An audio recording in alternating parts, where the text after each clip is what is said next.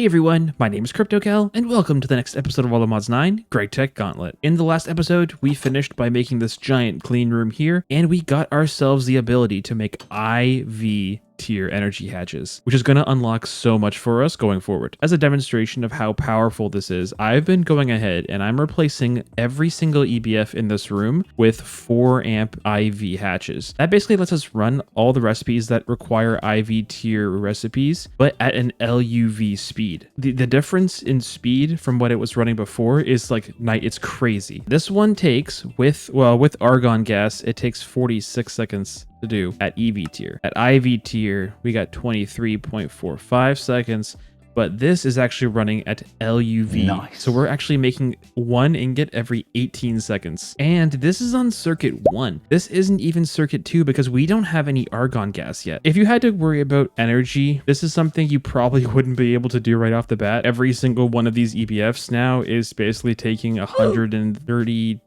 thousand FE per tick, which it might be a little out of reach for some people. I'm starting to switch all of these over to our creative power network because we do have, access to infinite power. We shouldn't ever have to worry about power running out. And if it does, boy, did we do something wrong. We messed up real bad. Honestly, I think that would almost be more of an accomplishment than not. So yeah, I'm just spending a few minutes here. I'm crafting up some more of these energy hatches and also some more coil blocks.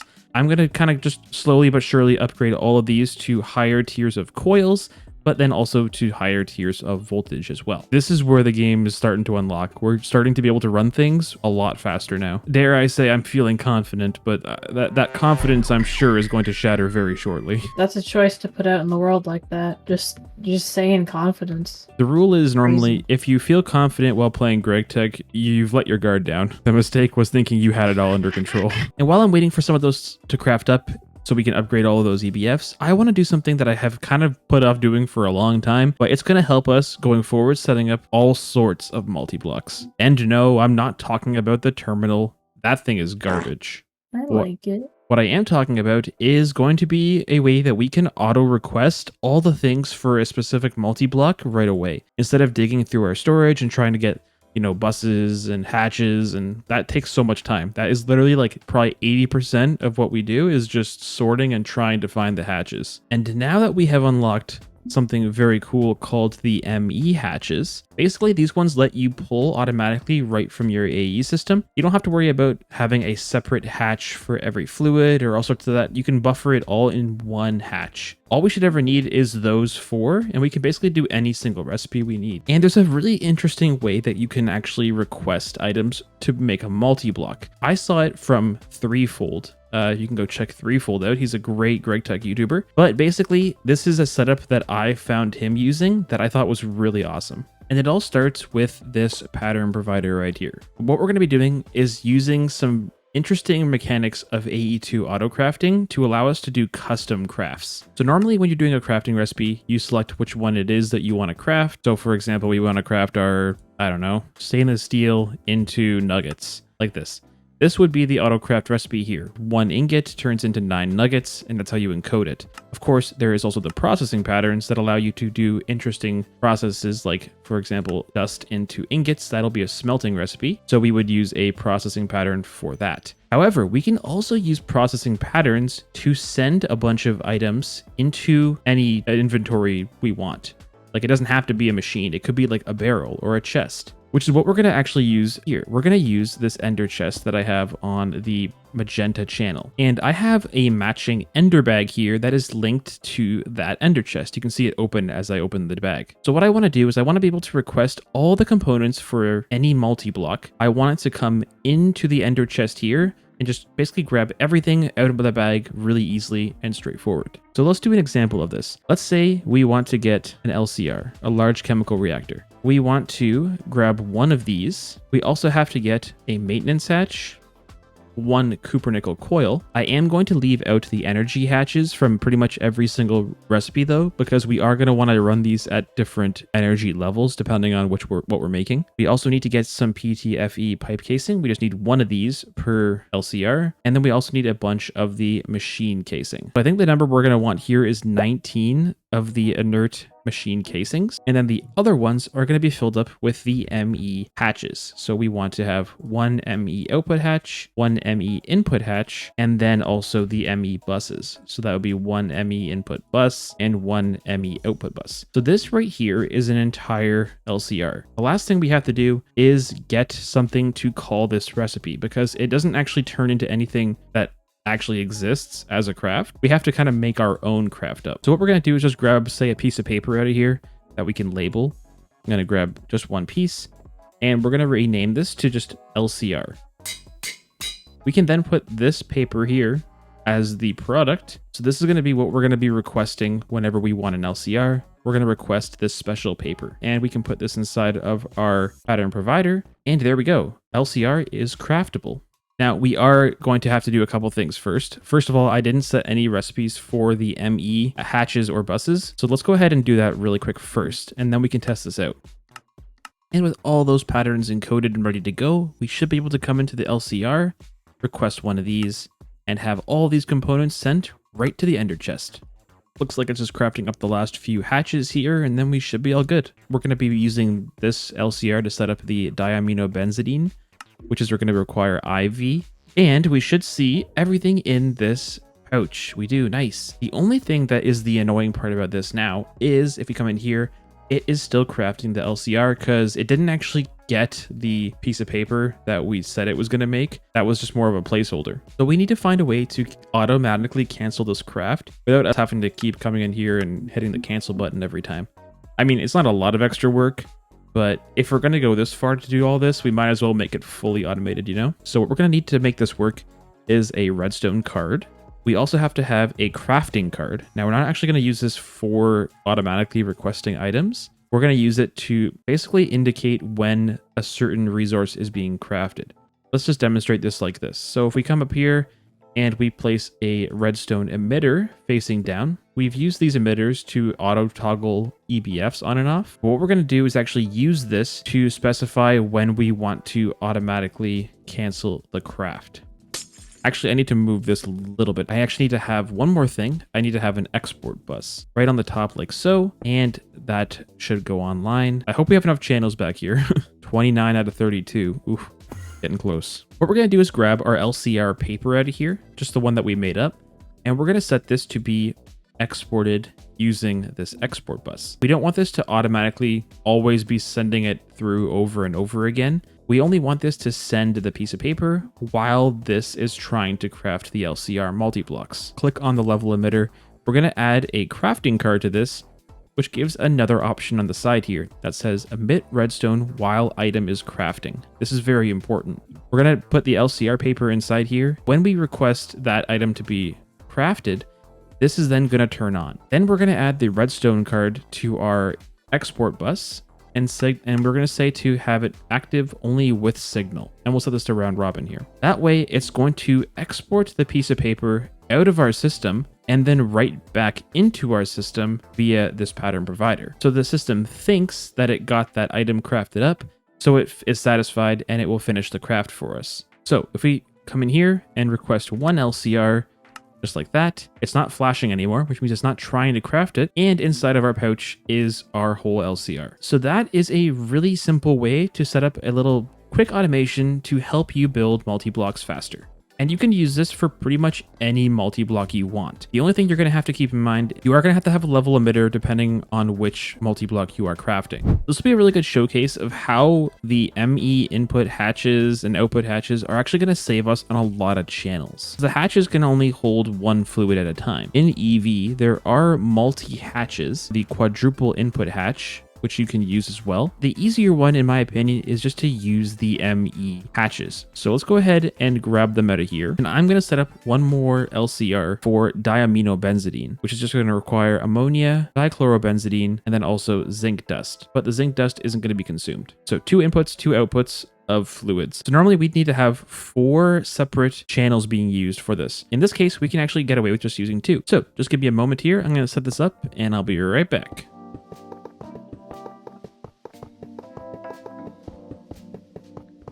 This is what it's going to look like in the back. We're just going to bring up our cables, bring these all the way up here, and then we're just going to hook these in. Now, because these are ME hatches, they don't require any interfaces or storage buses. They act as that already. So all you have to do is hook cables into them, and that's pretty much it. The input hatch has to have dichlorobenzidine and ammonia, which again, very simple. You just drag and drop them here, and you can even get them a couple more buckets if you want, and that is ready to go.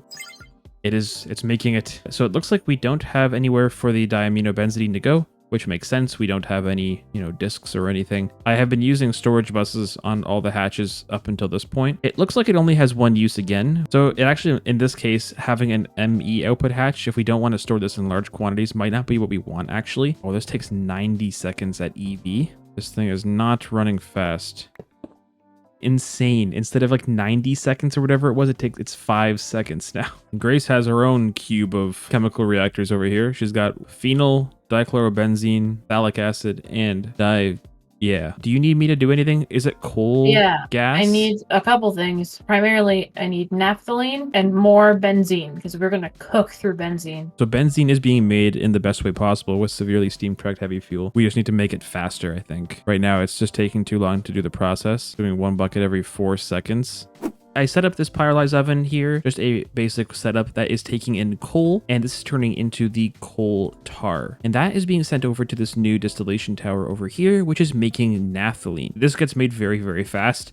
So I do have this all level emitted just to make sure we don't overstock on anything crazy. And this needs to now be turned into phthalic acid. And we're going to use this recipe right here with potassium, naphthalene, and sulfuric acid. There we go. Working was disabled. We're good. It's Why was enabled working now. disabled? I whacked it with a mallet. That'll do it. Diphenyl isophthalate. We have it. Bask in the cube. All hail, mighty cube. See, I gotta stack another layer of them, then it's actually a cube. We have both of the ingredients to make PBI. PBI is just combining basically what I made, which is the diaminobenzidine, with what we just made here, the diphenyl isophthalate, and that turns into phenol and liquid polybenzimidazole. Benzimidazole. See, look at that. This is taking up so much space. Look how wasteful. It goes so fast, it's crazy. That is running, and I just need to put a drive in for this, and we are all set. PBI has been automated. It wasn't actually too bad. I thought it'd be worse. So in all that chaos, you may have wondered what we needed PBI actually for, because we've kind of been working on getting PBI for the last 2 episodes. And so let's just refresh on what we're actually doing with this stuff. It's all of the resistors, transistors, capacitors, inductors, and diodes for this tier. All the advanced ones, yeah. They are required specifically for the nano processor. And once we have those, we get to get all the previous tiers of circuits all the way up until we're going to get to the nano processor mainframe,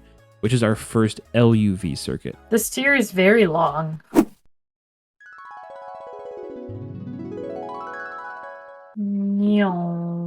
Now, I just realized that we are short a material that is kind of crucial here, and I've been making a bunch of these IV 4-amp hatches. I wanted to make a few more and realized we are out of neodymium rods because we're not actually making these at all right now. We do have some ingots that were pre-made. I think Grace went ahead and made some up in an EBF a while ago because these actually can be made at a pretty low tier. These could be made at MV with Cupronickel coils. However, we now need to set up a permanent source for this stuff because it will be important going forward, but we need to also be able to process our raw neodymium down into the dust form. Now, getting neodymium actually isn't that hard. Getting the dust is just a matter of crushing it a bunch of times and calling it a day. However, we are interested in more than just the neodymium dust from its ore processing line, because if you take a look at neodymium's ore processing, it is how we're going to get a lot of this rare earth. And rare earth is going to be something going forward that we're going to need a lot of, which means that we're going to want to set up a neodymium processing line that's going to maximize our chances at getting rare earth so that we can basically guarantee that we're going to have a decent supply of this stuff. And looking at the line here, the way that it always starts off is by crushing it into the crushed ore,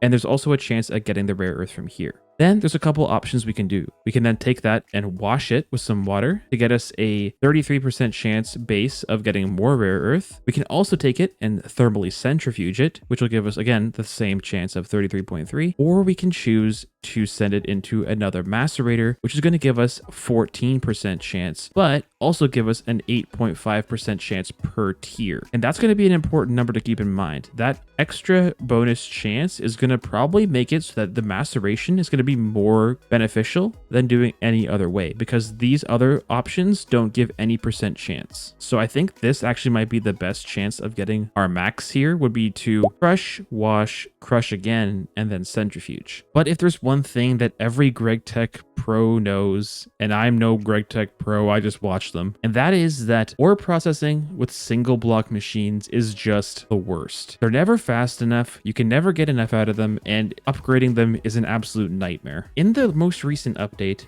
they added a brand new multi-block to this pack, and that's actually something called the ore processing plant. This thing is literally just a bunch of different multi-blocks slammed on top of each other to form a brand new multi-block, which is kind of silly. But what this effectively lets us do is we can take raw material, just add water. It's literally a just add water recipe, and it gives us all of the outputs that we would have gotten along a bunch of processing paths, which is actually insane. It cuts down on the complexity of ore processing and managing item flow, which is awesome. But that unfortunately is not available until the ZPM tier, or ZPM tier, however you want to call it. And it is a very, very expensive multi-block. However, there are going to be alternatives that we can use going forward to help with these processes. One of them is going to be the large maceration tower, which would be the crushing step of that ore processing line. And this thing is a pretty small little multi-block. It's nice and compact, a little 5x5. However, this does require, again, some materials that we have to get. And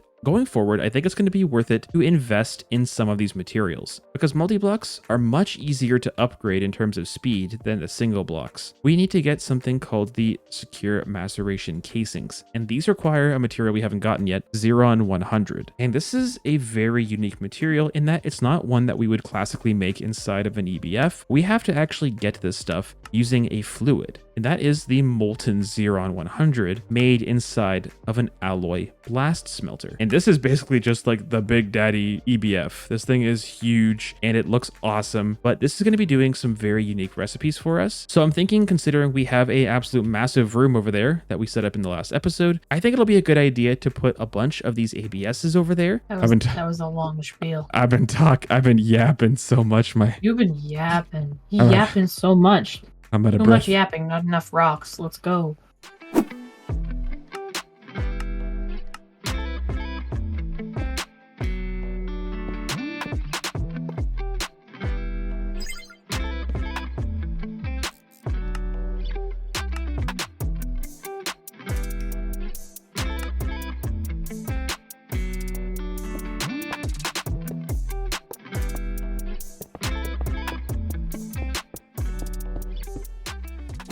All right, and after a little bit of time and some material gathering, I am just about ready to start setting up these alloy blast smelters. I have all the things available to craft now. It's just a matter of waiting for it to be finished. I'm making HSSG coils for this, and we're just kind of waiting on those. These are very expensive multi-blocks, so I'm going to try and wall share these where I can, just to kind of cut down on a little bit of cost. So effectively, to get all of these multi-blocks that we need for a full ore processing for neodymium, we have to get these 3 different alloys, all of which are made inside of our alloy blast smelters. And what we're interested in is the molten recipes for these, because that's what's actually made inside of the blast smelter. We mix in a bunch of dust, and out comes a fluid. This fluid isn't super useful by itself, but if it gets sent through a vacuum freezer, all of our coils are finished up here. So we have, I think this should be enough for 1. Basically, you have a full layer like this, and then in the middle, we have to have 12 of these vents, and then another 12 of the coils. And finally, it's just going to be a layer of the high temperature smelting casing, as well as a muffler and maintenance hatch. So we're going to need a few more of these casings. There we go. So that is effectively the multi-block. The only thing that it's missing is going to be obviously our ports, but then also our power input. And we're probably going to want to run this as fast as possible because these recipes are very, very slow. So these two are circuit 15 and this one's 14. And then going into the input bus, we're going to have, I guess, a item card with a counting filter. So this recipe isn't going to actually run considering we don't have all the stuff, but we'll at least put in all of the filters first. Once we do have the dusts, it'll just start to work right away. The next one is watertight steel. This is going to take iron, aluminum, nickel, chromium, and sulfur. All those sound very doable. Oh, that is so sick. I love the animation of the fire in the middle. It makes it look so great. Oh, it's an awesome multi-block. Oh, that's sick looking. We have watertight steel taken care of. Xeron is just iron, nickel, tungsten, niobium, and cobalt. But because these do run quite slowly, having one dedicated to each of these materials is going to make this whole process a lot faster. Over here, I have a freezer set up that is going to be freezing all of these fluids. I have an ingot cast in the input bus, and I have an interface here stocking every single one of our molten materials. So once I throw on a temporary storage bus onto this, we should see this start to work. Yeah, it does. Nice. Yeah, so this one's actually going to be doing our Xeron 100, and then this one beside it will be doing the watertight steel. I'm going to put a storage bus right on top of this because we are only ever going to want to send this to our freezer. We don't really want to store this anywhere else. I'm going to craft up more HSSG coils. I'm going to go ahead, I'm going to build up the second ABS and then probably even a third ABS somewhere else, maybe even over here somewhere, because I do need to have that third one. So that's just going to be a lot of crafting and a lot of waiting in my future. So I'll come back when I have a little more progress made and we can keep pushing on. And looking at the neodymium ore processing, I realized that there was a lot that had to be done before we could even get to that point. And Grace is back after she disappeared in front of my eyes. Ah. Welcome back to the server, Grace. Thank you. Can you hear me this time? Yes, you can be heard. Viewers, you missed a real treat last episode. I was feeling particularly unhinged. I'm expecting you to bring that same level of unhingedness to this episode. Well, that's not exactly what I meant, but okay. This one makes the macerator multi-block that we're going to use for ore processing, and this one makes the washer multi-block. They're like 5x5s, most of them, so they should fit in pretty well right in the middle here. But I also realized that we're going to need to get a couple things to actually make this functionally decent. One of those is something called the parallel control hatch. That is going to be what unlocks a lot of very fast processing in our future multi-blocks. It lets it run more than one recipe at the exact same time to craft up this elite parallel control hatch, which is our first one, the IV tier one. This requires some materials we just do not have yet, and I've been working towards getting. First off, we're going to need LUV circuits, which requires an EV circuit assembler. So there isn't a problem with the EV circuit assembler. We actually have all these materials. We have IV circuits. We have all the stuff for this. The only thing that we were missing was for the EV emitter. We needed something called the quantum eye, and the quantum eye is made inside of a chemical bath with an eye of ender and radon gas. And the radon gas is what we hadn't made yet. Now there are some options on how we can get radon. You can get 1 bucket every 100 seconds at IV with a distillation tower, which is not great. That's really slow for what it actually gives you. The other option is in the large chemical reactor, we can mix plutonium ingots or plutonium ingots, which we have plenty of from extreme reactors, as well as some uranium dust here. And we can mix these together to get us plutonium dust from GregTech and also 1 bucket of radon. And it's not fast. It is running at IV, so it does take 50 seconds to make some. It is... What? Did I click the wrong thing? Hold on. Why does it say it's running so much faster? This is running at LUV, and it says it's taking 3.1 seconds. Okay, now I'm kind of confused. So apparently this is running at LUV, which theoretically should be running every 25 seconds. But for some reason, we're having this run every 3.1 seconds. I'm not sure why that's the case. But it is running that way, so that is at least kind of cool. But that is how we're making radon. So I went ahead and made up the quantum eye recipe with the chemical bath, and now we have access to the EV circuit assembler. You'll see I have that set up right here. Unfortunately, fortunately, I waited until on camera before I decided to actually automate the LUV circuits, and I wasn't actually sure if I wanted to fully automate them passively. It is very expensive to make these circuits without getting the advanced materials, which we don't quite have yet, the advanced SMDs and all that stuff. It's very pricey. We do have access to making the advanced materials though. We have all the resources, so it might be a good idea to set these up first before we start automating our LUV circuits. And now that we've unlocked some higher tiers of assemblers, we can make a lot of these lower tier circuits much more efficiently. And as you can see in the top right there, I have finished auto crafting up 32 HSSG coils because I've also been working on upgrading all of these coils of these materials here. Because I realized that a lot of our really core materials like tungsten, steel, and tungsten were running still at nichrome tier. And by giving these a higher tier of coil, it speeds up the production drastically. You still make that clearance? Yeah, you do. All right, let's try it. Do it. It's very disorienting. Incredibly so. Opposite to our clean room, which is very fancy indeed, I have made a small other room. It has no ceiling. I just liked walls. I just liked the stars. Well, then have you heard of clear glass? No, I haven't heard of it. Well, let me introduce you. It's great for keeping CryptoCals contained. You just get them in there, you know? Oh, he's hiding. Well, anyway, this small side room here is intended just for extra single block machine processes that we want to just throw in somewhere. It's kind of what these side rooms are for, so I decided to use them. So to start off here, these 5 materials that I've been talking about, the advanced SMDs for all of these different ones, we're going to get these going right now, and I think we're going to use this room here to set these up. And I think I'm just going to use this back wall because we have 5 of them total, and this is a perfect 5. So Beautiful. It's like I planned it from the beginning. It should be as simple as just slapping them all down, putting some drawers under here, and doing our good old-fashioned setup that we've done for the last 15 episodes or whatever. Has it been that many episodes? Goodness. Yeah, I think this will be episode 15. All right, well, I'm just going to plug away. I'm going to get all these recipes here automated and taken care of here. So once we have these producing, we can hopefully start setting up the LUV circuits to get ourselves into some ore processing. One eternity later.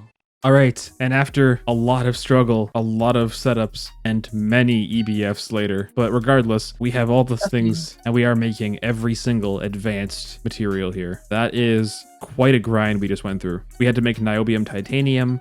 We had to make HSSS. We didn't actually have any of this stuff being made, so we had to actually get that going. We had to make palladium ingots from a EBF. A lot of things in between too, but those are the main things. Anyway, it's done. We have all 5 of these coming in now, and we're going to stock these up to 2,000 like we always do. So now we can use these to make cheaper circuits. Well, we've put a lot of time and effort into this episode, even though it doesn't look like a whole lot got done, but we have been working away hard. So we'll take this as a good stepping stone here, and hopefully, we can get all of the ore processing stuff set up next episode. But I think that's where I'm going to wrap it up here. Thank you very much for watching, everybody. I really hope you did enjoy this episode. If you did enjoy, feel free to leave a like, comment, and subscribe to the channel. Also, if you haven't already, be sure to join the Discord. The link is in the description down below. That's it for me, everybody. I hope you all have a good one, and we'll catch you in the next episode. Bye. Bye.